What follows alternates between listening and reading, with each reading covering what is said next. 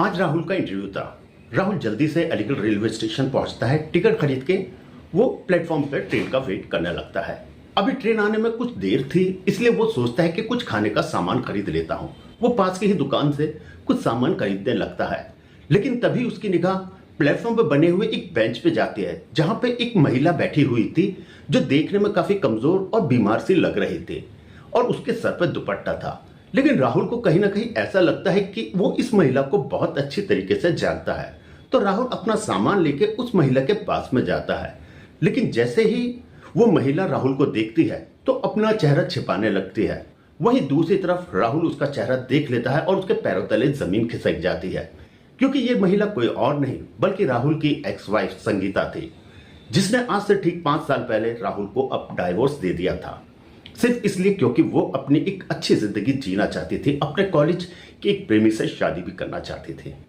राहुल उसकी ये हालत देखने के बाद काफी दुखी होता है और उससे बात करने की कोशिश करता है। शुरू में तो संगीता उससे नजरें चुराती है और बातों को टालने की कोशिश करती है, लेकिन थोड़ी ही देर में वो एक दूसरे से बात करना शुरू कर देते हैं। राहुल उससे पूछता है कि तुम इस समय यहाँ कहाँ क्या कर रही हो और कहाँ जा रही हो, जिस पे संगीता बताती है कि दिल्ली में एम्स के अंदर मेरे पिताजी एडमिट हैं, मैं उन्हें देखने जा रही हूँ। वो उससे पूछती है कि आप यहाँ क्या कर रहे हो, तो राहुल बताता है कि आज मेरा इंटरव्यू है दिल्ली में, मैं सिर्फ उसी के लिए जा रहा हूँ। अब ऐसे ही दोनों बातें करने शुरू कर देते हैं। तभी ट्रेन आ जाती है और वो दोनों ट्रेन की तरफ को चल पड़ते हैं। क्योंकि ट्रेन में आज काफी भीड़ थी, इसलिए राहुल जल्दी से ट्रेन में चढ़ता है और वहां जाकर सीट घेर लेता है, और एक सीट संगीता के लिए और एक अपने लिए। दोनों उस ट्रेन में बैठ जाते हैं और बात करने लगते हैं। राहुल उसको देख के काफी दुखी था और पूछता है कि तुम्हारी ये दशा आखिर कैसे हो गई। आज से ठीक 5 साल पहले तक तो तुम बहुत खुश और बहुत अच्छे थे, और तुमने मुझसे शादी को तोड़ने के एवज में एक अच्छा खासा भारी भरकम रकम भी वसूल की थी, तो आखिर इतने कम समय में वो पैसा कहाँ गया और तुम्हारी हालत ऐसे कैसे हो गई। जिस पर संगीता थोड़ी दुखी हो जाती है और वो बताती है कि जो मैंने रकम ली थी वो रकम मेरे भाइयों ने आपस में बांट ली। एक भाई ने अपने आशिकी में उड़ा दिया, जबकि दूसरा भाई मेरा शराबी था और उसने वो शराब में उड़ा दिए। इसके बाद मेरे पास कुछ नहीं बचा, जिस वजह से आज मेरी ऐसी हालत है। ये सुनने के बाद राहुल को बहुत ज्यादा दुख होता है और वो कहता है कि तुमने शादी भी तो किसी से करना चाहती थी, आखिर उसका क्या हुआ। जिसके बाद वो और थोड़ा सा इमोशनल हो जाती है और रोने लगती है। कहती मैंने शायद जीवन की सबसे बड़ी गलती करी थी तुमसे दूर होकर और तुमसे रिश्ता तोड़ने के बाद, क्योंकि मैं जिसके लिए शादी का सोच रही थी उसने मेरे से शादी करने से मना कर दिया था। वो सिर्फ मेरा इस्तेमाल कर रहा था और इससे ज्यादा कुछ नहीं था। कहते हैं कि इंसान को किए की सजा इसी जन्म में मिलती है, शायद वही मेरे साथ हो रहा है। इसके बाद संगीता राहुल से पूछती है अब तो तुम बहुत खुश हो गए, अब तो सब कुछ बहुत अच्छा चल रहा होगा। राहुल उसे कुछ ज्यादा नहीं बताना चाहता, कहता कि हाँ बस ठीक है, जैसी भी लाइफ चल रही है। जिसके बाद संगीता का अगला सवाल होता है कि अब तो तुमने शादी भी कर ली होगी और एक अच्छी जिंदगी जी रहे होगे।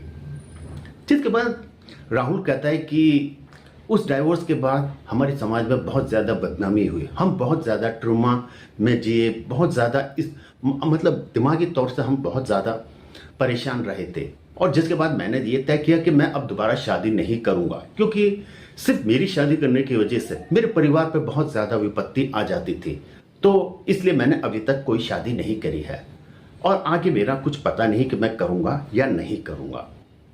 ये सुनने के बाद संगीता को काफी बुरा लगता है। उसके बाद वो संगीता पूछती है तो फिर आपके खाने पीने का इंतजाम कैसे होता है। जिस पर राहुल कहता है कि खाने पीने का तो खैर जो मेरी बड़ी बहन थी उसकी शादी हो चुकी है, मेरे भाई जो भाभी साथ रहते थे उन लोगों को मैं बोझ लगने लगा था, क्योंकि शादी के बाद मैं मानसिक तौर पर काफ़ी परेशान रहता था। मेरी जॉब चली गई थी, 2 साल तक मैंने कुछ काम नहीं किया। उन लोगों को ऐसा लगने लगा था कि शायद मैं अब उन पर बोझ बन गया। जो कल तक भाई पूरे घर का खर्चा उठाता था, आज एक अकेला मेरा खर्चा उठाना उन्हें बोझ लगने लगा था। और उसके बाद वो भैया और भाभी हमारे घर को छोड़ के चले गए और अब वो अलग का ही परिवार में रहते हैं। इसके बाद मेरे यहाँ पर सिर्फ मेरी माँ और एक मैं रहते हैं। मेरी माँ अक्सर बीमार रहती है और उनकी देखभाल भी मुझे ही करनी पड़ती है। उनके खाने से लेकर उनकी साफ सफाई तक सारी चीज़ें मैं अपने आप ही करता हूँ। इस समय भी मैं उनको अकेला छोड़ कर आया हूँ और मेरी कोशिश ये है कि आज मैं इंटरव्यू देने के बाद सीधा अपने घर चला जाऊँ ताकि वो परेशान ना हो। ये सुनने के बाद संगीता को बहुत दुख होता है। संगीता कहती है कि काश हम लोगों ने ये गलती ना की होती तो आज हम लोगों को ये दुख ना झेलना पड़ता। इसके बाद राहुल उससे पूछता है कि हमारी एक बेटी है, वो अब कैसी है और अब तो वो शायद बड़ी हो गई होगी। जिस पर संगीता कहती है कि हाँ, अब वो बड़ी हो गई है और स्कूल जाने लगी है। ये सुनकर वो बहुत खुश होता है कि आखिर उसकी पढ़ाई का वो ख्याल रखने लगती है। राहुल और संगीता एक दूसरे से बहुत कुछ कहना चाहते हैं लेकिन वो कह नहीं पाते और देखते ही देखते दिल्ली स्टेशन आ जाता है। उसके बाद में राहुल उससे संगीता से उसका नंबर लेता है और फिर वहाँ से इंटरव्यू के लिए चला जाता है और संगीता भी सीधे एम्स अपने पिताजी को देखने के लिए चली जाती है। इंटरव्यू देने के बाद राहुल संगीता को फ़ोन करता है और बोलता है कि जिस इंटरव्यू के लिए मैं आया था वहाँ मेरी जॉब लग गई है और मुझे सैलरी भी 70,000 रुपये महीना मिलेगी। ये सुनकर संगीता उसे बहुत ज़्यादा मुबारकबाद देती है और खुश होती है। इसके बाद राहुल उससे पूछता है कि तुम लोग वापस कब जाओगे। संगीता कहती है कि मुझे आज शाम की ट्रेन से ही वापस जाना है क्योंकि मेरा यहाँ पर कोई नहीं है, इसलिए मुझे वापस जाना है और दूसरी तरफ मुझे अपनी बेटी का भी ख्याल रखना है। इसके बाद राहुल बोलता है कि क्यों ना हम लोग सेम ट्रेन से एक ही साथ वापस अलीगढ़ जंक्शन चले। जिसके बाद वो दोनों फिर से दिल्ली रेलवे स्टेशन पर मिलते हैं और फिर से बात करते हुए जाने लगते हैं। बातें करते हुए राहुल एक बार फिर से संगीता से पूछता है कि तुम लोग अपने घर का खर्चा कैसे चलाते हो जब तुम्हारे पास में पैसे नहीं है, कुछ नहीं है। और दूसरी बात, तुम एक बार मुझे फ़ोन करके बोल तो सकते थे।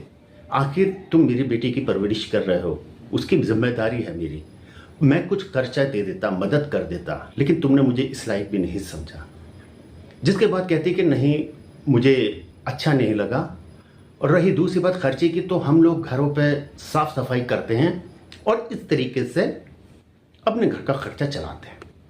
इतना सुनने के बाद राहुल की आंखों में आंसू आ जाते हैं क्योंकि राहुल को विश्वास नहीं होता जिस बेटी को वो फूलों की तरह पाल रहा था वो लोगों के घर में झाड़ू पोंछा करती है और साथ में जिस पत्नी को वो इतने ऐशो आराम में रखा उसे भी एक दूसरे के घरों में जा जाके साफ सफाई करनी पड़ती है। ये सुनने के बाद राहुल बहुत गुस्सा होता है। कहता है कि हमारा तुम्हारा रिश्ता ख़त्म हो गया होगा लेकिन मेरा मेरी बेटी से कभी रिश्ता ख़त्म नहीं हुआ। ये तुमने बहुत गलत किया कि उसके साथ एक तरह से तुमने जुल्म किया है कि उससे तुम घर की साफ सफाई का काम कराते हो और मैं बिल्कुल नहीं चाहता कि वो अब तुम्हारे साथ रहे और मैं चाहता हूँ कि आप उसे मुझे वापस दे दो। इतना सुनने के बाद संगीता फूट फूट के रोने लगती है। उसको अपनी गलती का बहुत ज़्यादा एहसास हो रहा था। वो सबसे पहले राहुल से माफ़ी मांगती है। कहती है कि मुझे माफ़ कर दो, मैंने बहुत बड़ी गलती करी थी तुम्हें ना पहचानने में। इसके बाद राहुल उसे माफ़ कर देता है। कहता है मैंने तुम्हें उसी दिन माफ़ कर दिया था, मुझे तुमसे कोई शिकायत नहीं है। जिसके बाद संगीता कहती है कि अगर तुम बेटी को ले जाओगे तो उसके बिना मैं कैसे रहूँगी। और दूसरी तरफ अगर संगीता को पिता चाहिए तो उसे माता भी चाहिए, मम्मी चाहिए तो पापा भी चाहिए। ये सुनने के बाद राहुल कुछ समझ नहीं पाता। वो पूछता है कि मैं समझ नहीं पाया, तुम कहना क्या चाहती हो।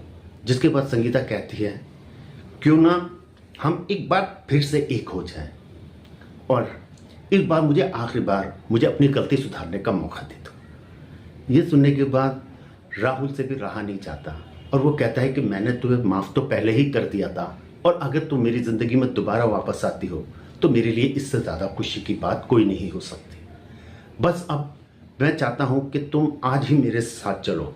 जिसके बाद संगीता कहती है कि हमारी बेटी घर पर है, वहाँ चलिए, उसको लो और उसके साथ मैं तुम्हारे साथ चलती हूँ। राहुल अब अपने घर ना जाके सीधा अपने ससुराल पहुँचता है। वहाँ से वो अपनी बेटी को लेता है। बेटी बाप को देख के बहुत खुश होती है, फूट फूट के रोते हैं पापे के। और इसके बाद में वो अपनी पत्नी और अपनी बेटी को लेकर घर आ जाता है। घर आने के बाद उसकी बीमार माँ को देखने के बाद बहू उसके पैर पकड़ के माफी मांगती है। इसके बाद बीमार माँ भी उस बहू को माफ कर देती है और अपनी पोती को गले लगा लेती है। तो दोस्तों, इस कहानी का सिर्फ तात्पर्य ये था कि हम कभी कभी गुस्से में, गलतफहमी में बहुत से इस तरीके के फैसले ले लेते हैं जो आगे जाके हमें नुकसान देता है। और खासकर इस तरीके के पति पत्नी के रिश्ते में तो हम लोगों को कोई भी ऐसा रिश्ता जिसमें पति पत्नी अलग होते हैं, सेपरेट होते हैं, बहुत सोच समझ के चलना चाहिए। जब तक आपको ये यकीन ना हो जाए कि यही सिर्फ आखिरी रास्ता है, तब तक अपने रिश्ते को ज़रूर बचा के रखिए, क्योंकि इसके साथ ना सिर्फ माँ बाप की ज़िंदगी बर्बाद होती है बल्कि उनकी औलादों की भी हो जाती है। अगर वीडियो अच्छी लगे तो हमें कमेंट्स बॉक्स में ज़रूर बताइए, चैनल को सब्सक्राइब कीजिए और वीडियो को लाइक कीजिए।